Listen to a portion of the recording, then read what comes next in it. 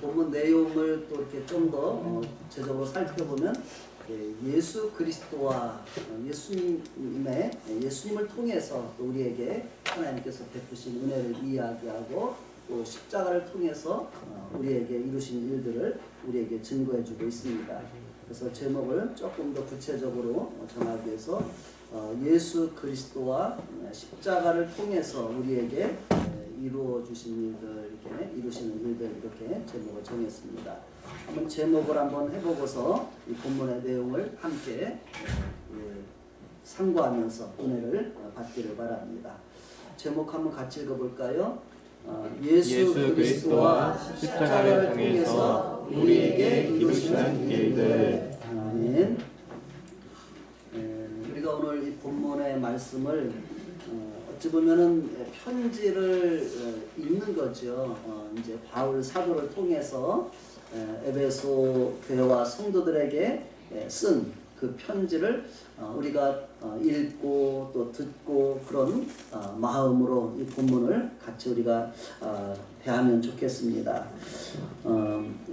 볼륨은 된 것 같아요. 그 정도는 됐고 소리 잘 들리죠? 뒤에도.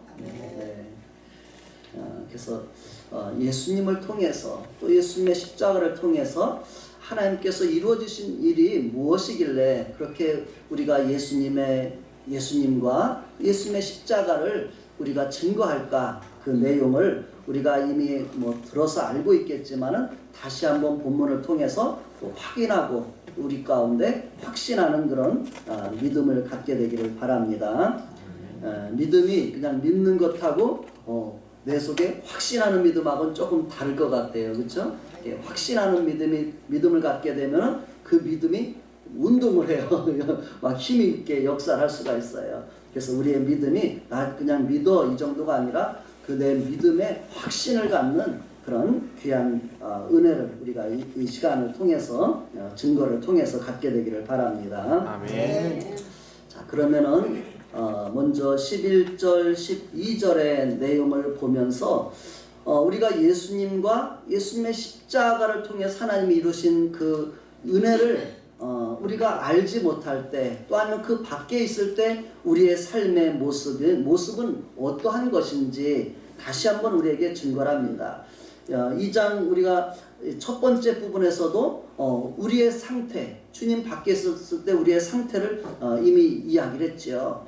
지난주에 보면은 뭐라고 했냐면 에베소서 2장 1절부터 3절에 보면은 그는 허물과 죄로 죽었던 너희를 살리셨도다 그렇게 표현하고 있고 또 2절 3절에 보면 그때 너희는 그 가운데 생하여 이 세상 풍조를 따르고 공중의 권세 잡은 자를 따랐으니 곧 지금 불순종의 아들들 가운데서 역사하는 영이라 전에는 우리도 다 그 가운데서 우리 육체의 욕심을 따라 지내며 육체와 마음에 원하는 것을 하여 다른 이들과 같이 본질상 진노의 자녀이었더니 이렇게 기록이 되어 있습니다.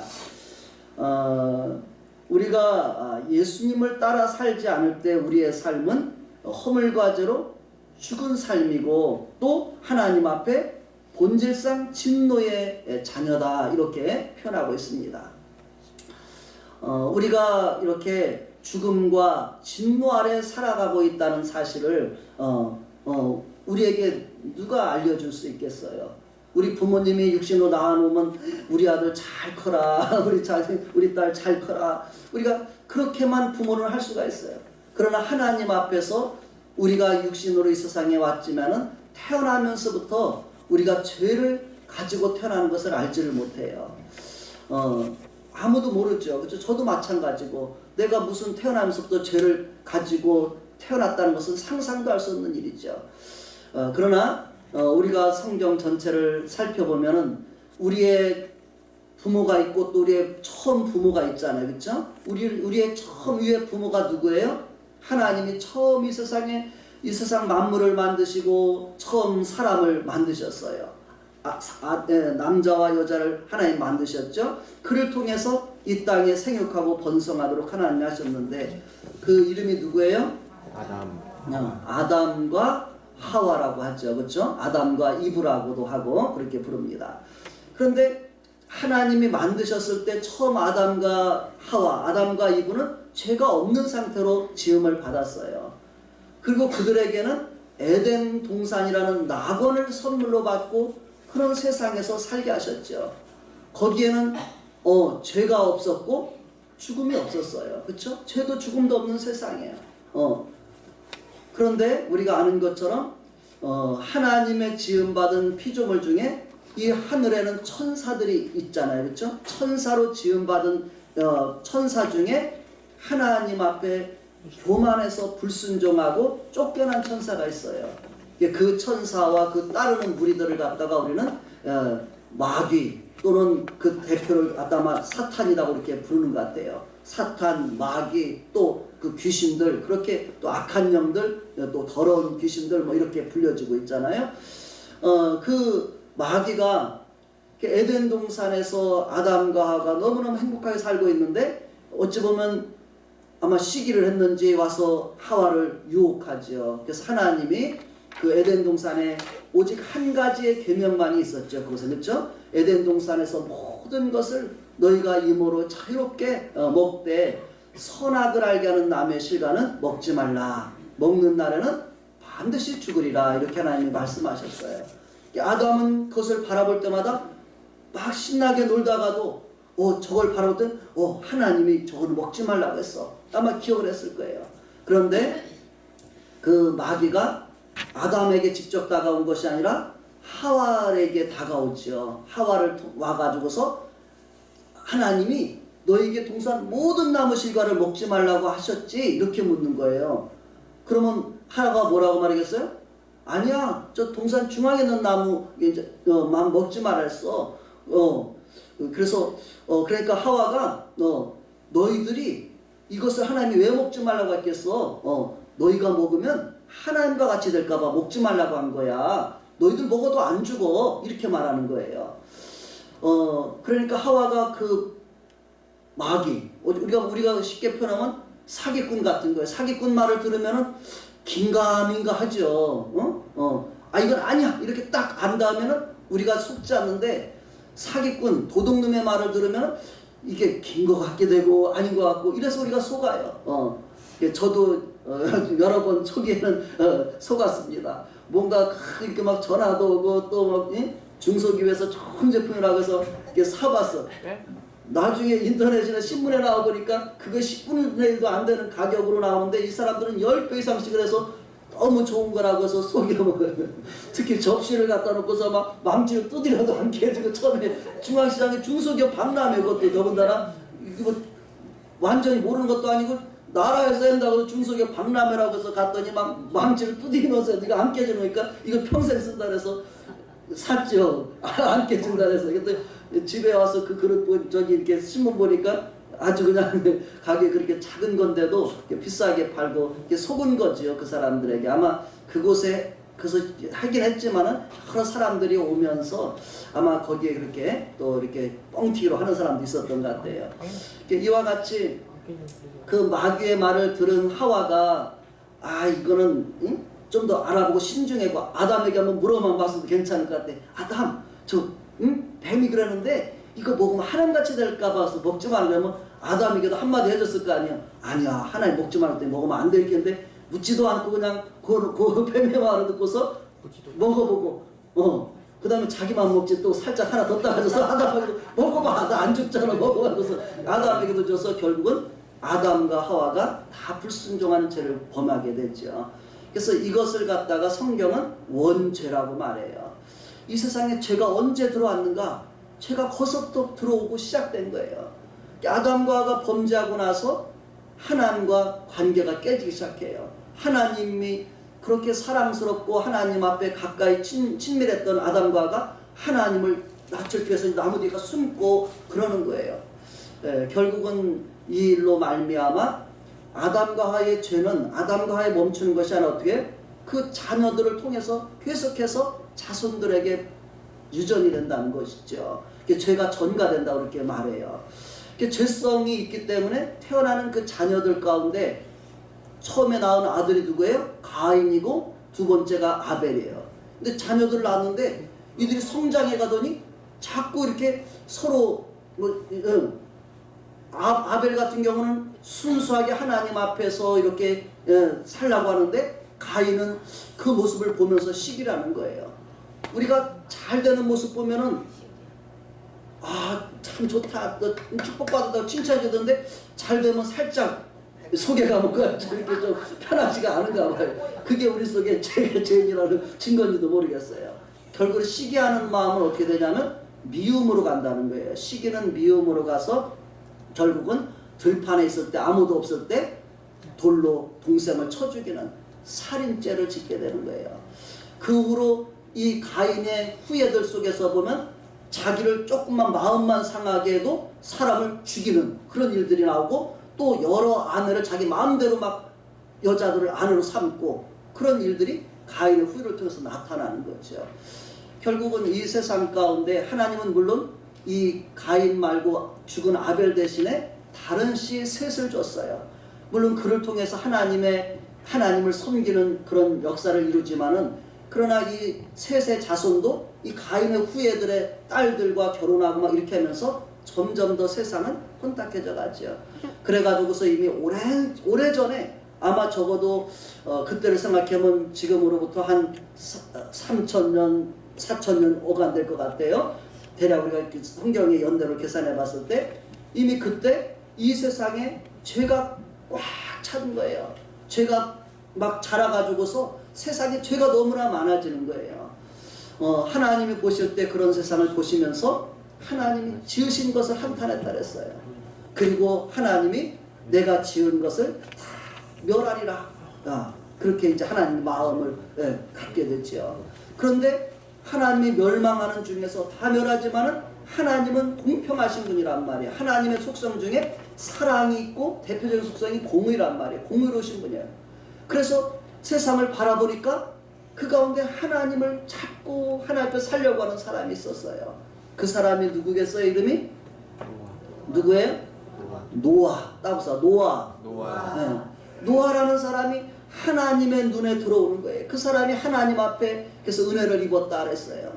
그래서 하나님은 노아에게 세상을 멸하는 중에 너를 내가 함께 멸할 수 없다. 그래서 너를 위해서, 너와 네 집을 위해서 방주를 지어라 이렇게 해요.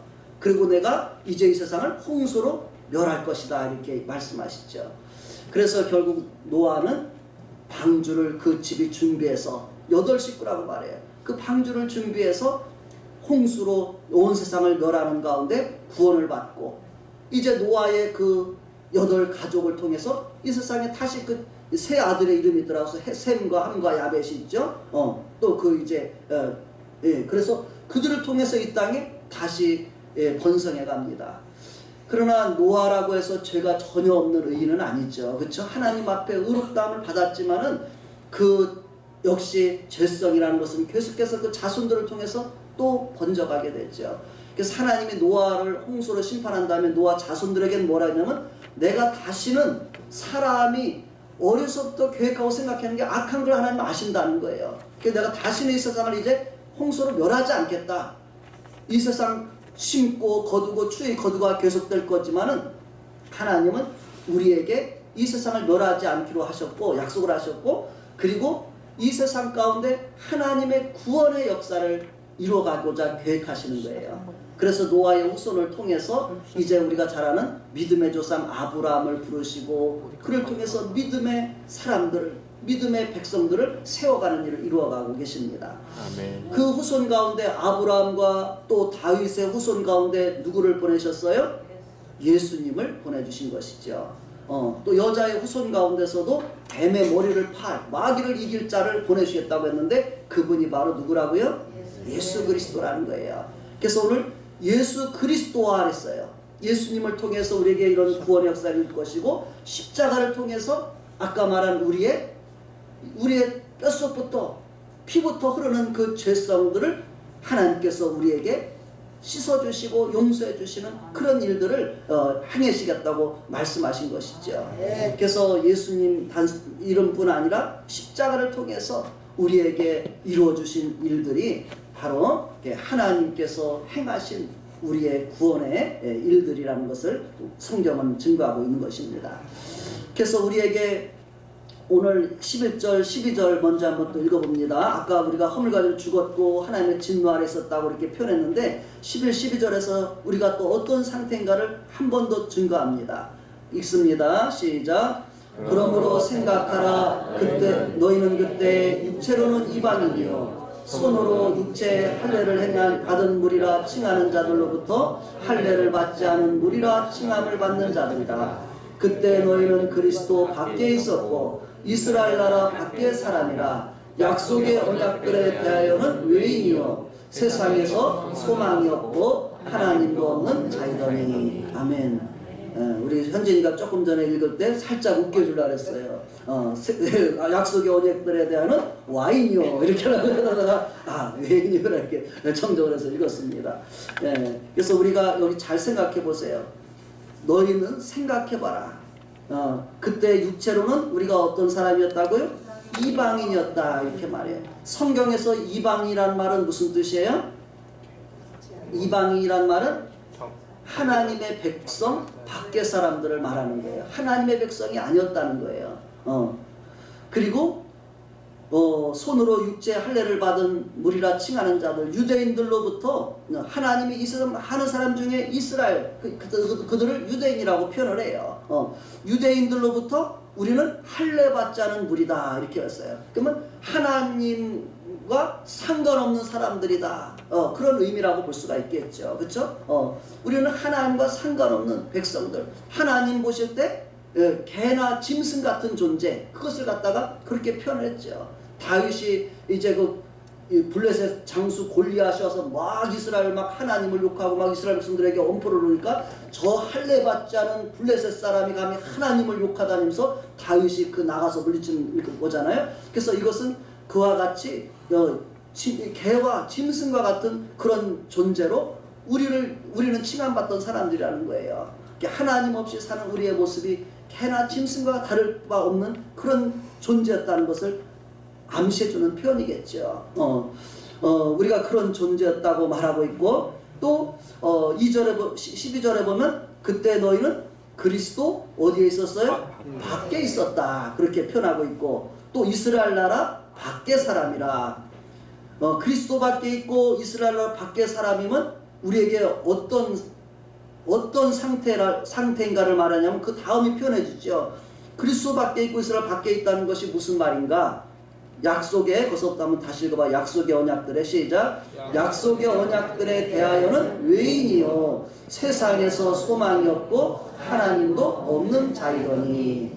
우리가 그리스도 밖에 있고 이스라엘 밖에 있었다는 말은 하나님이 없는 그런 삶을 살아가던 사람이고, 또 하나님의 약속에 대해서 전혀 우리는 그걸 받을 수 없는 상태에 있었고, 또 소망이 없는 상태였다 이렇게 이야기합니다. 이 말을 우리가 들으면은 세상적인 생각으로는 이 말이 이해가 되지 않죠. 이거 우리가 예수님 안 믿고 하나님 안 믿는다고 왜 소망이 없어? 나는 부자 될 소망도 있고 막 높은 지위에 오를 세상에서 명예도 얻을 소망도 있고 막 이런 것을 우리가 가지고 있잖아요.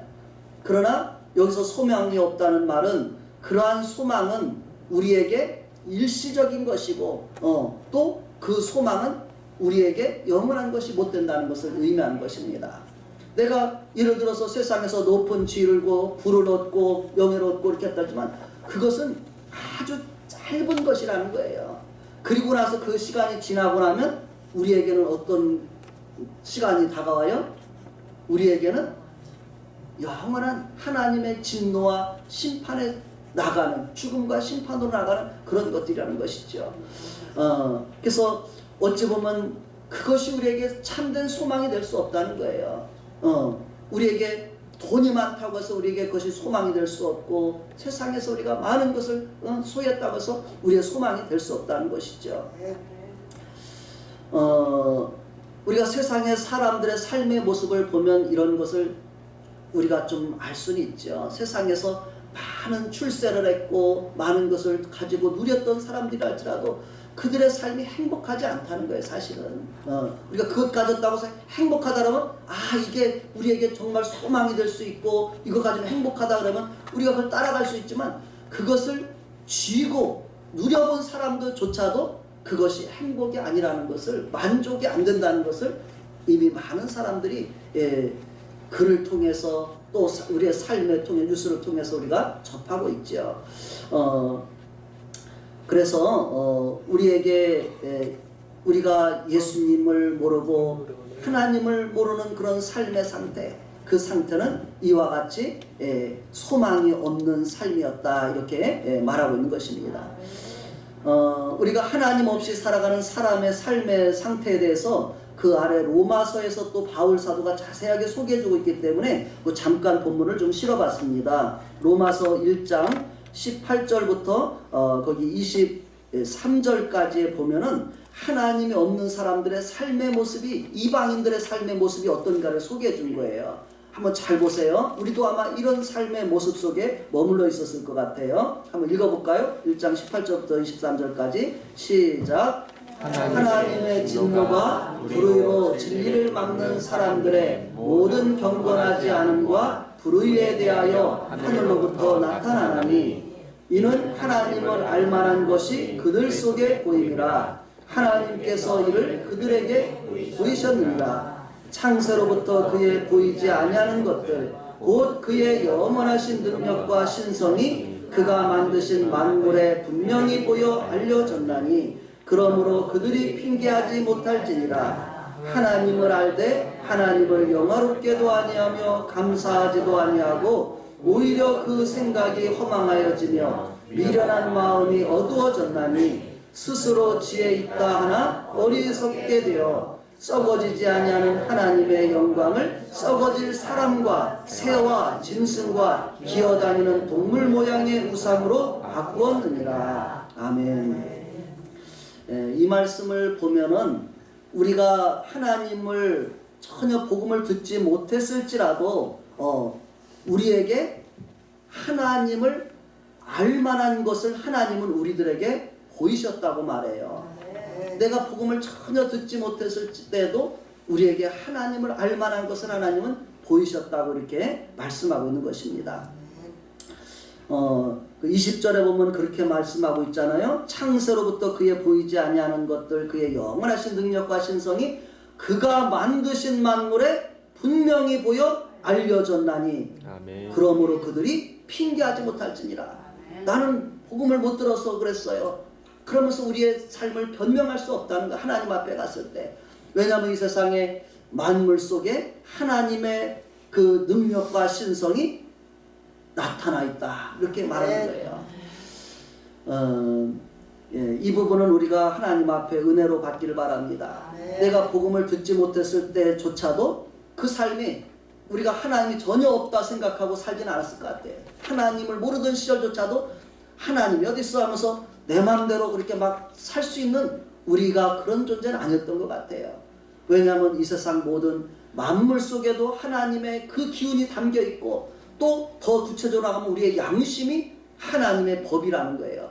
하나님, 모세가 십계명을 받았을 때 그 법을 그때 받은 게 아니라 이미 받기 전에도 우리의 양심이 하나님의 법이 돼서 우리가 옳고 그른 것을 분별해 주는 게 양심이라고 성경은 말합니다. 그러나 죄가 양심을 마비시켜버린 사람들에게는 그런 것을 못 느끼는 것뿐이죠. 둔해진 것뿐이지만 우리의 양심이 살아있게, 하나님, 우리는 누구나 양심을 가지고 태어나잖아요. 이런 것이 있고, 어쨌든 간에 우리에게 이렇게 하나님은 우리에게 핑계할 수 없다는 거예요.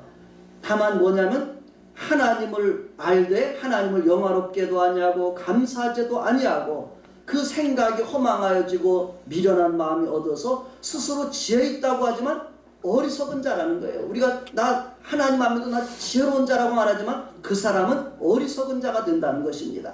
그래서 어리석은 자가 하는 짓이 뭐예요? 23절이에요.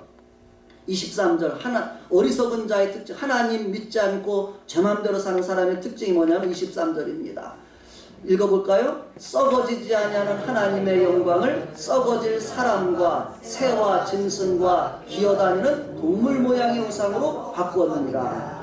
세상에 여러 나라의 통치자들이 한번 보세요. 세계 여러 문명과 국가들이 있었잖아요.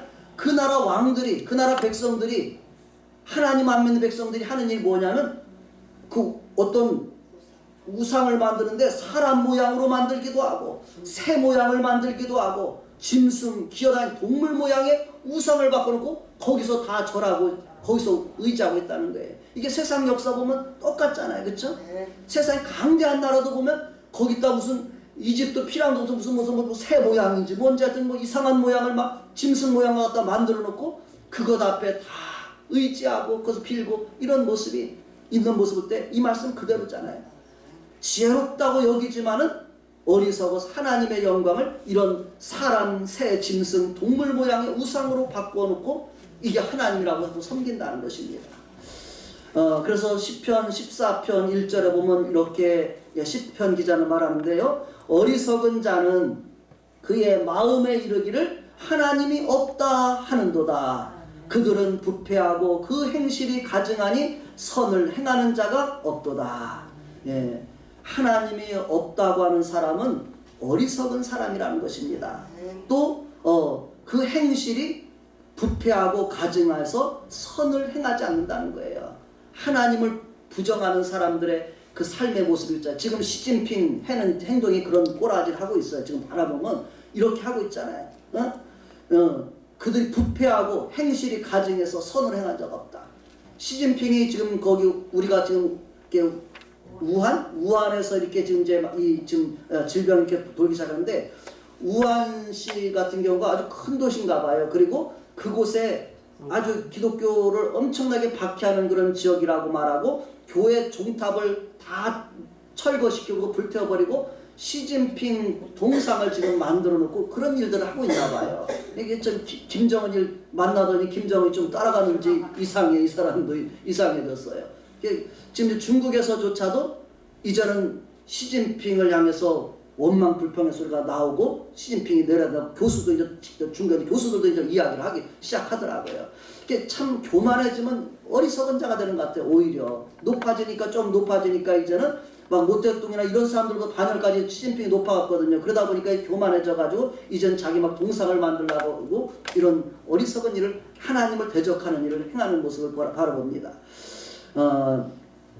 이처럼 우리도 다르지 않죠. 우리가 아마 그런 자리에 있었다면 우리도 그런 사람이 됐는지도 모르겠어요. 하여튼 하나님을 부정하는 사람들의 마음은 이렇게 부패해지고 또 가증해지고 선을 행하지 못하는 그런 모습으로 나가는다는 것을 보여주고 있습니다.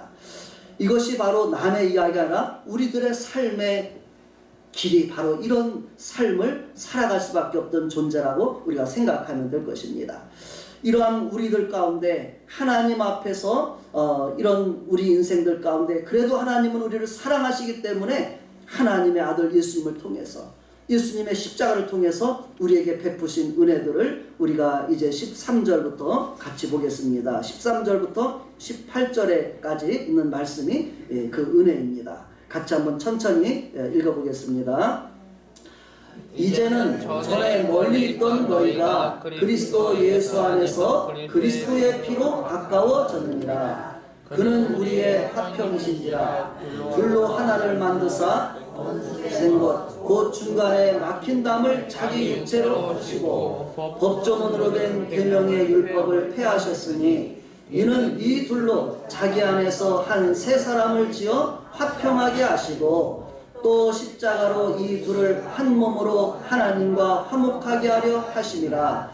원수된 것을 십자가로 소멸하시고 또 오셔서 먼데 있는 너희에게 평안을 전하시고 가까운 데 있는 자들에게 평안을 전하셨으니 이는 그로 말미암아 우리 둘이 한 성령 안에서 아버지께 나감을 얻게 하려 하심이라. 아멘. 하나님께서 이렇게 하나님 밖에 예수님 밖에 있던 우리의 인생들 가운데 예수님을 통해서 우리에게 새롭게 이루어 가시는 일들을 우리에게 합니다. 먼저 13절을 한 번 더 봅니다. 이제는 전에 멀리 있던 너희가 그리스도 예수 안에서 그리스도의 피로 가까워졌느니라. 우리가 누구와 가까워진 거예요? 그리스도의 피로 누구와 가까워졌어요? 하나님과. 아까 말했잖아요. 하나님을 우리는 피하고 등져서 멀리 떠났던 인생이에요. 하나님 없다고 멀리 떠났던 그런 인생이었습니다. 그런데 예수님 안에서 예수님의 십자가의 피로 우리에게 하나님 앞에 가까이 오게 하셨다는 것입니다. 그러면서 더 구체적으로 보면은 14절에 보면 그는 우리의 화평이신지라 이렇게 말해요. 예수님은 우리를 화평하게 하시는 분이라는 것입니다. 둘로 하나를 만드사 원수된 것 곧 중간에 막힌 담을 자기 육체로 오시고, 하나님과 우리 사이에 뭐가 막혀 있었다고요? 죄의 담이 막혀 있었다는 거예요. 죄의 담으로 꽉 막혀 있어서 하나님 앞에 우리가 나갈 수도 없고, 이런 막힌 담, 죄 때문에 나갈 수 없는 그런 우리 인생 가운데 예수님이 십자가에서 그 죄의 담을 허물어 주셨다는 것입니다. 우리가 그 복음서에서 예수님이 십자가에서 달리셔서 운명하시는 그 순간에 되어진 일 가운데 성전의 휘장이, 성전에 이렇게 우리가 지금 여기에도 이렇게 좀 나눠놨잖아요. 여기까지가 단상이라고 이제 여기가 예배 이렇게 우리 자리로 이렇게 만들었는데, 그 당시에도 이렇게 이제 지성소와 성전이 있으면 이 사이에 휘장이, 이런 휘장이 쫙 가리워져서 막혀 있는 거죠. 그래서 그 휘장이 뭐 손바닥 두께보다 더 됐느니 뭐 이런 표현도 썼어요. 어쨌든 간에 사람의 힘으로 찢을 수 없는 그런 두께고 그런 강한 것이라고 이렇게 표현하더라고요. 그런데 예수님이 십자가에서 다 이뤘다고 운명하실 때, 그때 예루살렘 성전에 그 휘장이 위로부터 쫙 찢어지면서 둘이 되었다 이렇게 이야기합니다. 그러니까 그 사이에 어떻게 길이 난 거죠. 길이 난 거예요. 그래서 히브리서 기자는 이 사실을 갖다가 우리에게 뭐라고 전하고 있냐면, 뭐라고 전하고 있어요? 새로운 휘장 사입길. 히브리서 10장 19절에 나오죠. 한번 그 부분을 더 정확하게 읽어드리도록 하겠습니다. 히브리서 10장 19절에 보면 이렇게 19, 20절에 나오는데 이렇게 표현합니다. 그러므로 형제들아, 우리가 예수의 피를 힘입어 성소에 들어갈 담력을 얻었나니 그 길은 우리를 위하여 휘장 가운데로 열어놓으신 새로운 살 길이요 휘장은 곧 그의 육체니라. 아멘. 예수님이 십자가에서 죽으심으로 우리에게 어떤 일을 이뤄놓으셨다고요? 새로운 살 길을 열어놓으셨다는 거예요. 새로운 살 길이 뭐예요? 하나님 앞에 나가는 길이 새로운 살 길이라고 보는 거예요.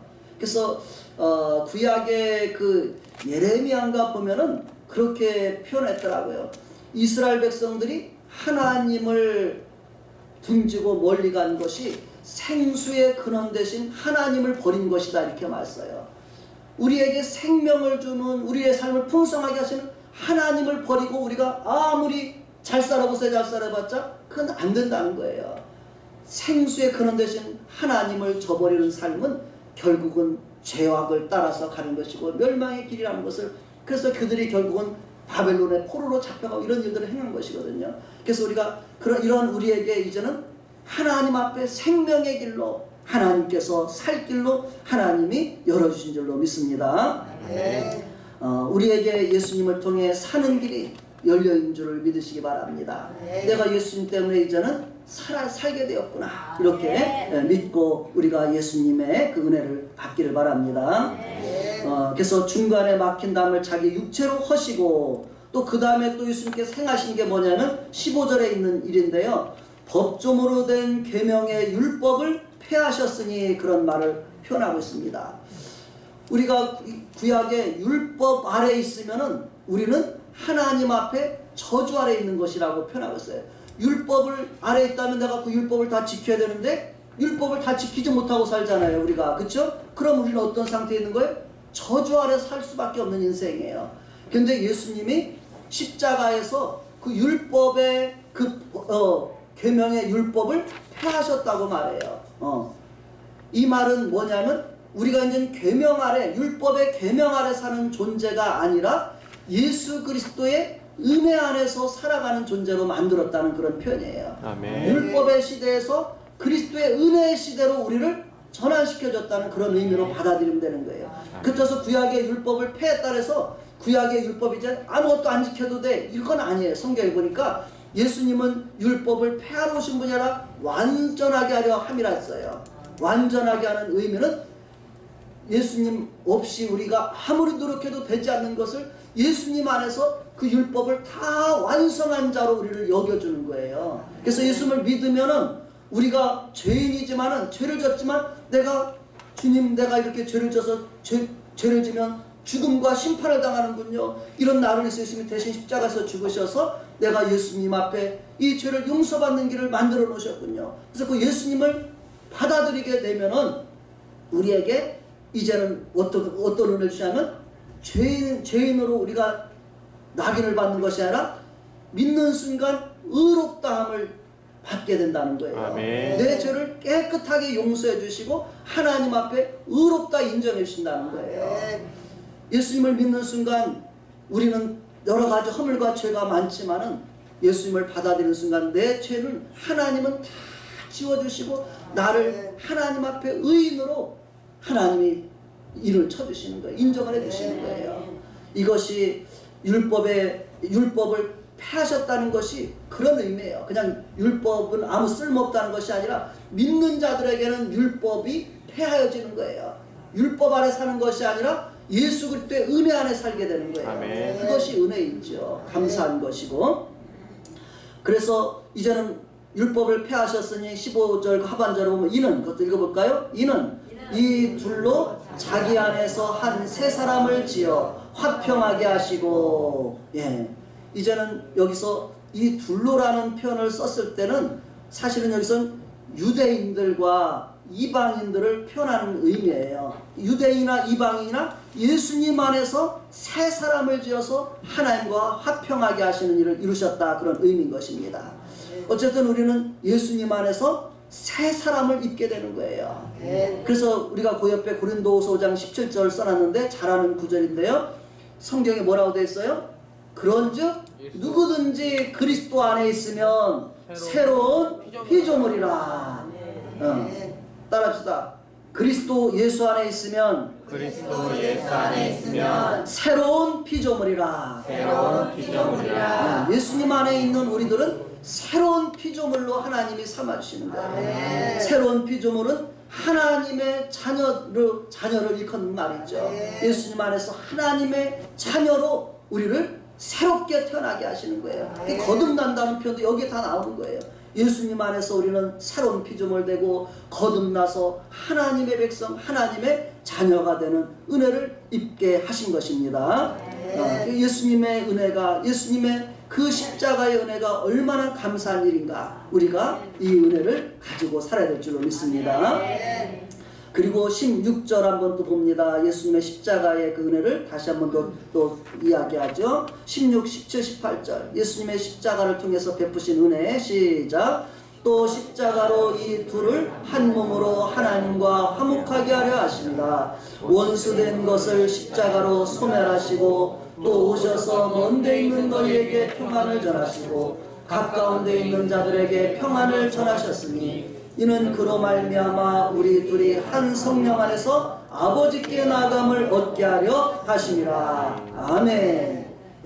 예수님과 십자가를 통해서 우리의 하나님과 우리 사이가 아까 죄로 인해서 어떻게 됐어요? 원수 되었었다, 이렇게 표현하잖아요. 그렇죠? 그래서 로마서 5장 8절 10절에 보면 우리가 죄인 되었을 때에 또 원수 되었을 때 예수님의 그 아들을 보내서 십자가를 통해서 우리를 구원하셨다, 이런 이야기를 합니다.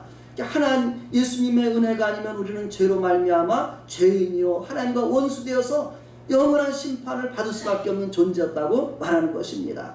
그러나 예수님의 십자가는 이 원수된 것을 소멸해 주시고 우리에게 뭘 주셔요? 평안을 주신다는 것입니다. 우리가 서로 원수관계에 있으면 평안하시던가요?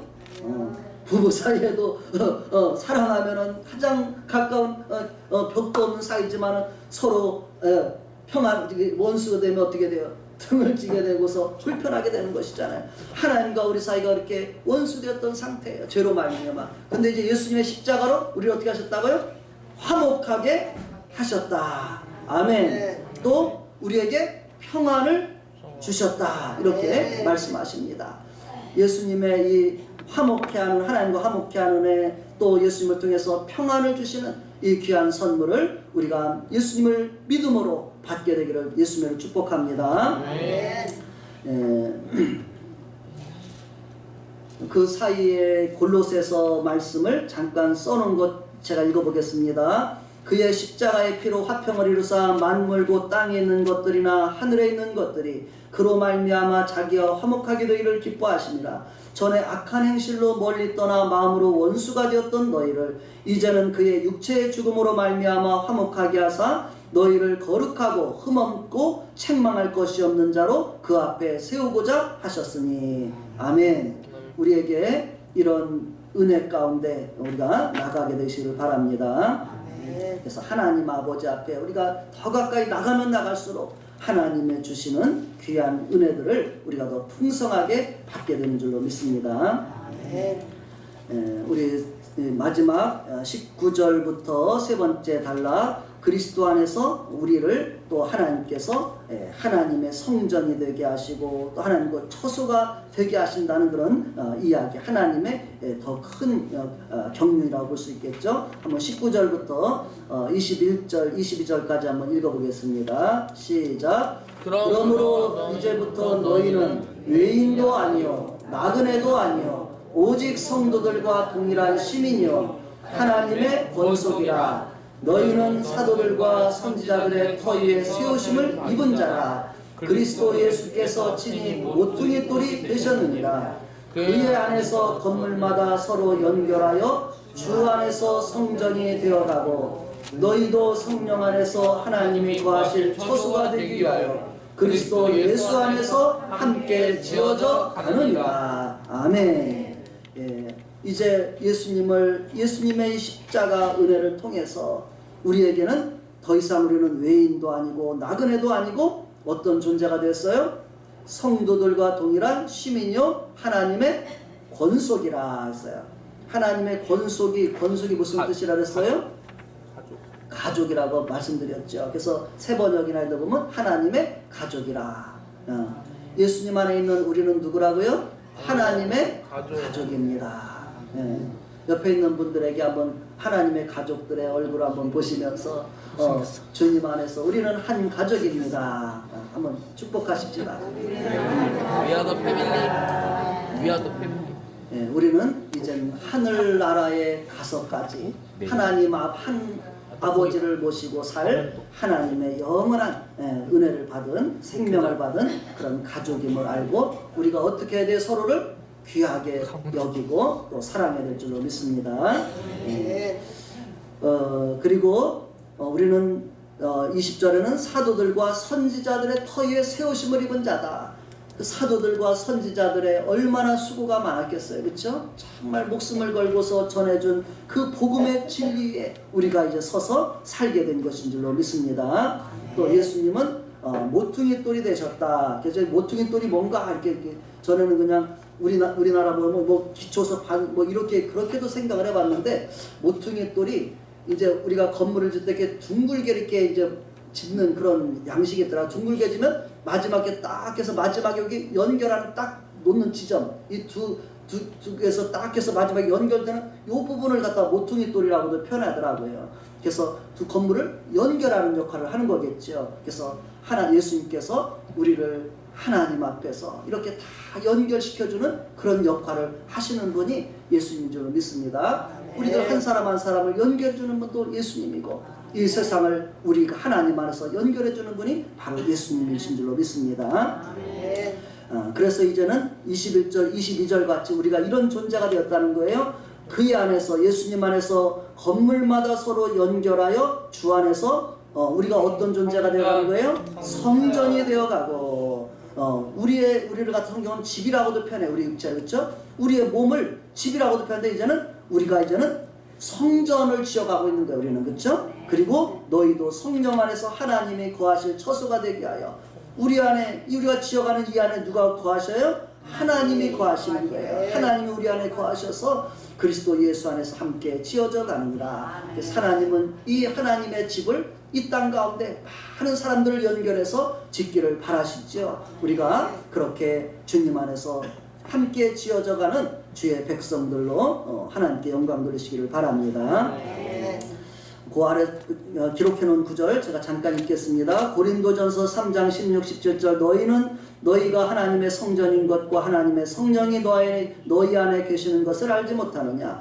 누구든지 하나님의 성전을 더럽히면 하나님이 그 사람을 멸하시리라. 하나님의 성전은 거룩하니 너희도 그러하니라. 또 빌립보서 2장 12절 그러므로 나의 사랑하는 자들아 너희가 나 있을 때뿐 아니라 더욱 지금 나 없을 때도 항상 복종하여 두렵고 떨림으로 너희 구원을 이루라. 그리고 또 골로새서 3장 4절 우리 생명이신 그리스도께서 나타나실 그때 너희도 그와 함께 영광 중에 나타나리라. 아멘. 우리는 이제는 예수님의 오실 때를 기다리며 또 그때가 가까운 줄 알고 주님 앞에 그때는 우리가 이제는 정말 하늘의 그 성전에 우리가 이제는 참여하는 그런 사람들이 되는 것입니다.